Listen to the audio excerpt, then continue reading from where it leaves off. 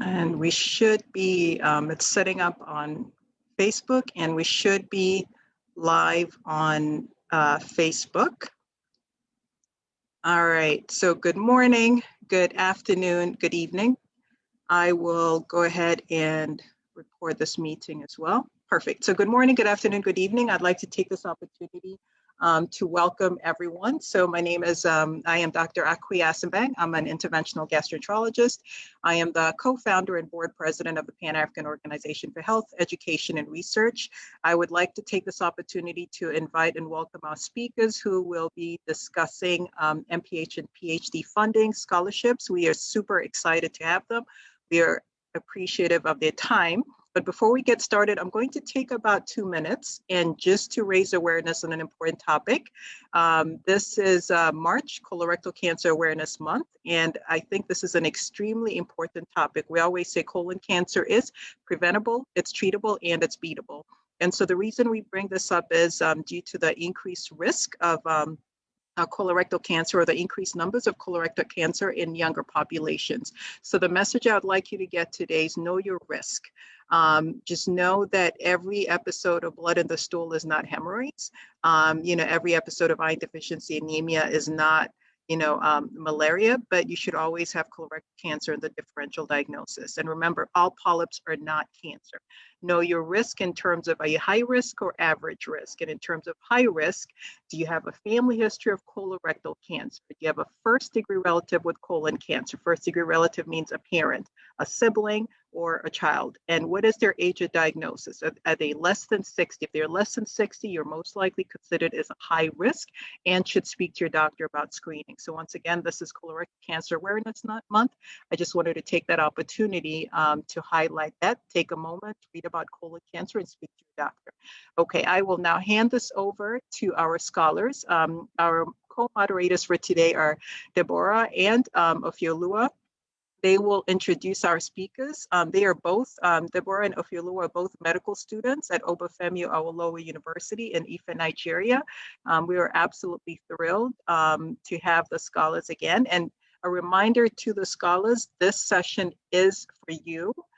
This is an opportunity for you to ask questions to the speakers. And I was joking before we came on, the speakers will help you get that funding for your MPH, PhD. If you don't get it, we're going to blame the speakers, is what I said. And I said that in a joking way to the speakers. But no, this should be really a thrilling session for the fantastic speakers that we have today. So I am going to hand this mic over to our co-moderators, Ofiolua and Deborah, over to you guys. Thank you so much to all the speakers, and let's go ahead and enjoy the session. Thank you. Welcome, everyone. The presentation will be PowerPoint by the speakers, followed by question and answers. There won't be any scheduled breaks. However, feel free to take personal breaks as you see the need to. We anticipate that this program will last for 2 hours, which would include 30 minutes for questions and answers. So I'll go straight into introducing our speakers for today. Deborah and I will be doing that. First, I'll be introducing is Jedida Chelufia. Jedida Chelufia is a sister, daughter, wife, and PhD student in biology who grew up in the beautiful copper mining and music talented city of Ndola in Zambia. Her love for science was inspired by her late cousin, who was a nurse at Ndola Central Hospital. She therefore focused on science subjects and obtained top degrees in high school.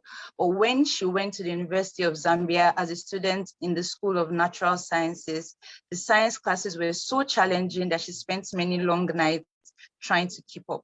Despite this, she stayed determined and graduated top 5% with a meritorious degree in the microbiology program.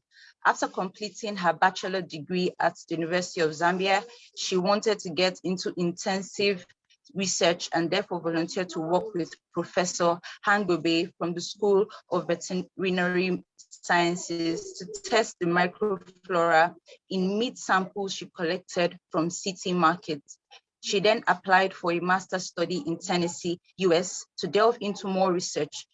It was her research advisor and mentor, Dr. Aruna Kilaro, during her master's study, who further solidified her resolve to advance her science career. She therefore proceeded to PhD study to learn more and solidify her research skills. During her first year as a PhD student in Massachusetts, she co-founded the juniors and senior and college students with advice, guidance, and support on how to overcome barriers and challenges in STEM education and careers. Outside of school, Jedida enjoys cooking, traveling, watching movies, listening to music, and dancing. Her career goal is to be a professor at a university teaching and doing research. Next, I'll be introducing Ketty Munien Yembe. Ketty is a Zambian international student currently working on her PhD in evolutionary biology at Yale University. She graduated from Smith College, US, with a bachelor's degree in biological sciences, where she did genomic research on environmental microbes using molecular, bioinformatic, and fluorescent microscopy tools. For her PhD, she's interested in investigating viral dynamics, how different types of viruses evolve in different environments, the mutations involved, and how those mutations influence disease. Outside school and research, she loves mentoring and leadership development work. In the past, she has served as a climate change ambassador for UNICEF Zambia, youth ambassador for Africa Alliance of YMCAs, change agent for the World Alliance of YMCAs, mentor for the Smith College Achieving Excellence in Math, Engineering, and Science. Currently, she's a part of the Women in Science at Yale mentoring team and recently became a Yale Global African Scholars Mentor. I now hand over to Deborah to introduce the other speakers. Thank you. Thank you, Opolwa. I'll be reading the bio of Dr. Chimweta Shilala next. Dr. Shilala is Zambian medical doctor with an interest in public health and cardiology. He completed his medical school training at Razem State Medical University, Russia. He's currently studying for an MPhil in public health at the University of Cambridge and aspires to later contribute to improving public health practices and cardiovascular disease care. It's great to have you with us, Dr. Chimweta. I'll be reading the bio of Jonathan Mwata next. Jonathan is a Zambian-born PhD student at the University of Witwatersrand, South Africa. Jonathan is passionate about education and strives to mentor fellow Zambians, starting from high school to graduate students. He is always invited to go back to his high school in Kitwe to speak with and motivate the pupils there about the importance and opportunities in education. He decided to pursue his graduate studies in South Africa and is now a PhD student at UW in Health Systems and Quality Research. Receiving scholarships was not easy, but he didn't give up until he successfully started receiving scholarships.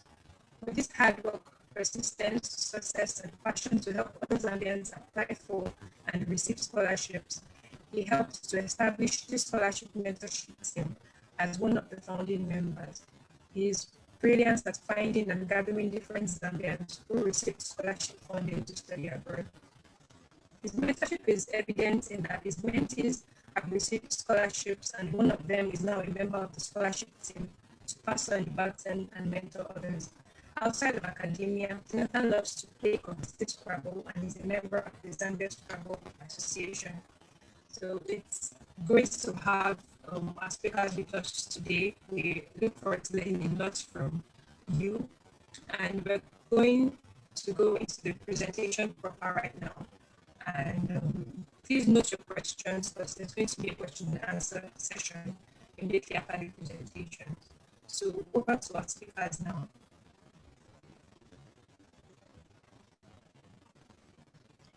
Thank you so much. Can everyone see our screen? Yes. Yes. All right, awesome. Yeah, so it's an honor to be here and to collaborate with you all, and congratulations on your medical journey. And here's to finding and obtaining funding and scholarships to advance your studies. Yeah, so as we've heard, we have the MPH funding represented by Dr. Chimweta Chilala, and then based in the UK, and then Katie and I are going to share about the opportunities for PhD in the US. Unfortunately, Mr. Jonathan has an emergency this morning, so he's not able to join us, but he was going to share about funding in South Africa. All right, so our first objective is to look into how we can actually identify financial scholarships. And with that, we're going to just like discuss a few things. And the highlight is that when you're looking for funding, there are many ways that we can actually do this. So one of the ways is to do Google search. And we always tell our mentees that, you know, Uncle Google is very helpful in a lot of things. And so that's like one way we can actually find different funding opportunities. But also there are also like several databases or like lists where different organizations, including ourselves, so we are part of so our